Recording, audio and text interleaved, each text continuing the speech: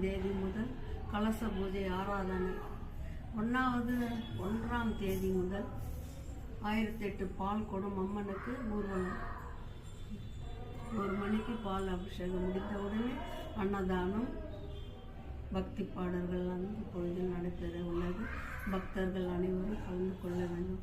2ஆம் தேதி கும்பாபிஷேகம், கலச ஆராதனை செய்து மக்கள் ஆராதனை செய்துவிட்டு பிறகு ஹோமம் நடைபெறும்.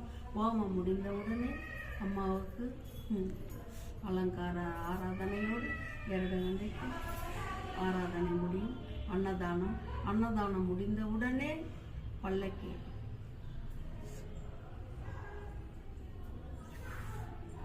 பல்லக்கியோடு அம்மா பம்பவாதி முழங்க அம்மா வீதி உள்ள வருகிறார்.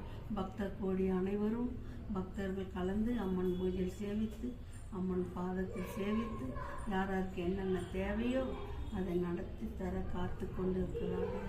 பக்தாதிகள் அனைவரும் கலந்து கொள்ள வேண்டும். 25வது ஆண்டு இந்த வருடம் முடிய போகிறது.